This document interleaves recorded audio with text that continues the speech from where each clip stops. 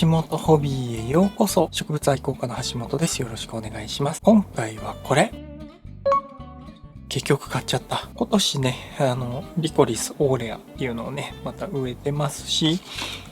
去年ね、リューコジウム、リコリス白花、リコリス赤花というのもね、植えてますので、もしよかったらね、そちらの方の動画もご覧になってください。買うつもりはなかったんだけど、やっぱり気になっちゃって買いに行っちゃったよね。黄色だけにする予定だったんだけど。で、今回買ったね、リコリスは、彼岸花系のね、わさっとしてね、花が咲くようなタイプではなくて、シンプルなタイプですね。リューコジウムとかも似てるので、この感じでね、植えちゃってもいいのかなっていう気はするけども、ちょっとでも色がね、ちょっとどちらかっちゃってるかなっていう気はするけれども、鳥間ね、植えていこうかなと思いますよ。で、今回ね、買ってきたのは、もう一球タイプなんですね。複数玉が入ってるというものではなく、一球タイプなので、一緒にね、植えちゃおうかなと思ってます。で、今回植えるのは、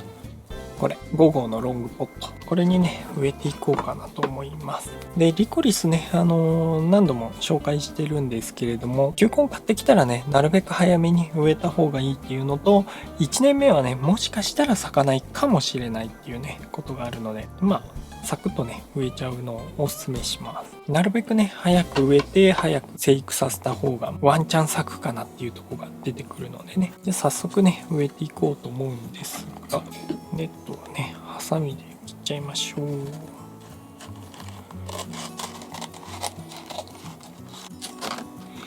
チョキチョキチョキチョキと。で植え方とかは裏に書いてますね。球根が見えない程度というふうに書かれています。よいしょ。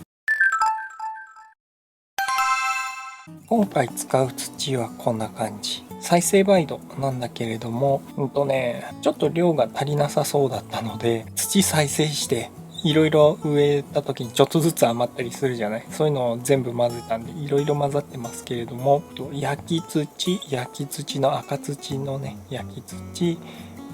バーク堆肥、もみ殻堆肥もあるかもしれないけれども、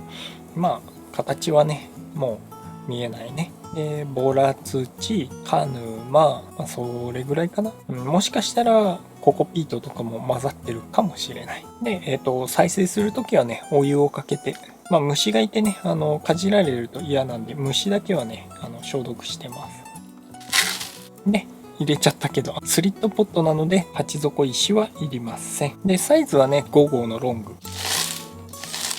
で、スリットポットって言ってもねこうやって下からね出てきちゃうのは出てきちゃうんですけれど、そのうち止まるんで、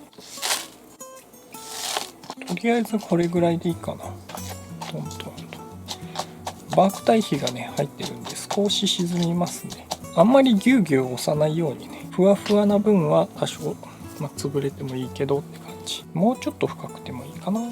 ちに関しては少し球根が大きいので、もしかしたらいいかもしれない。こっちはこれぐらいでもいいかな。で2つしかないのでレイアウトも何もないので、並べておこうかなと思います。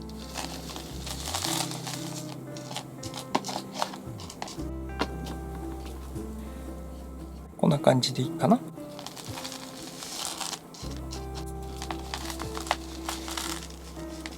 あとあれだ、土はこれが入ってるベラボン。何かを植える時にねベラボン入れて植えたものが混ざっているのでっていう感じだね。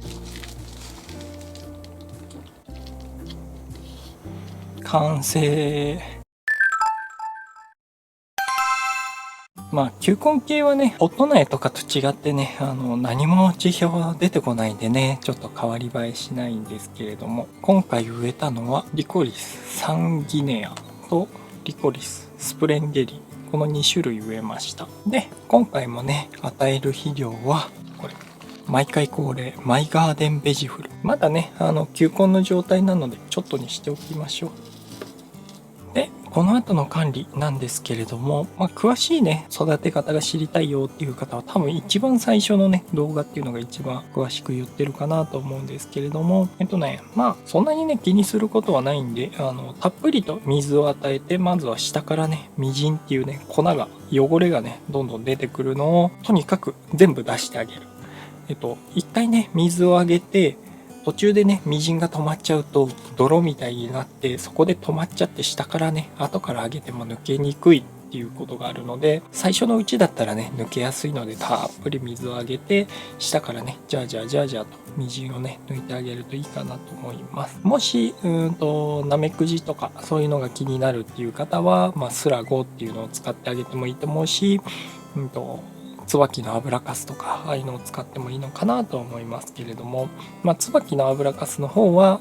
農薬じゃないんでね、一応民間療法的な感じではあるんですけども、水辺とかはダメね。リコリスを植えたところが例えば川の土手とかだったとしたら、そこにはね、椿の油かすっていうのは使えないんだけど、鉢植えでね、自分家に飾るよっていう水辺じゃなければね、全然大丈夫なんでっていうのもありかなと思います。リコリスね、育て方で一つだけね、注意することなんですけれども、花が出てきて、その後に葉っぱが出てくるんですけど、花が終わってね、花の茎、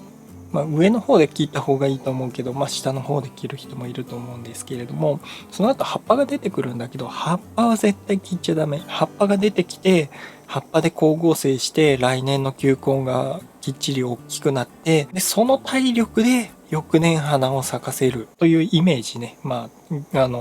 学術的に正しいかどうかはわからないんだけれども、去年の花の後に出てきたね、葉っぱで光合成した分で来年の花を作っているよというふうにね、考えると、わかりやすいのかなと思います。で、お水に関してなんですけれども、休眠するようなね、球根ではないので、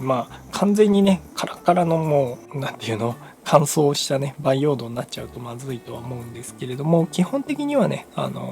地上部がない時には水をあげる必要はありません。多少湿っていれば十分です。土の表面とかが乾いていても中はね、しっかりと水分あるので、そんなに気にしないでいいんですけれども、どうしても気になるよっていう方はね、月に1回ちょろっとね、水をあげるとか、下の方ね、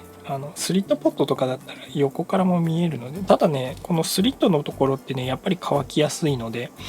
誤解しやすくはあるんだけども、本当にね、土が乾いたなとか、掘ってみても乾いてるなっていう時、掘るって言ってもそんなめちゃくちゃ掘るんじゃなくて、ちょっとね、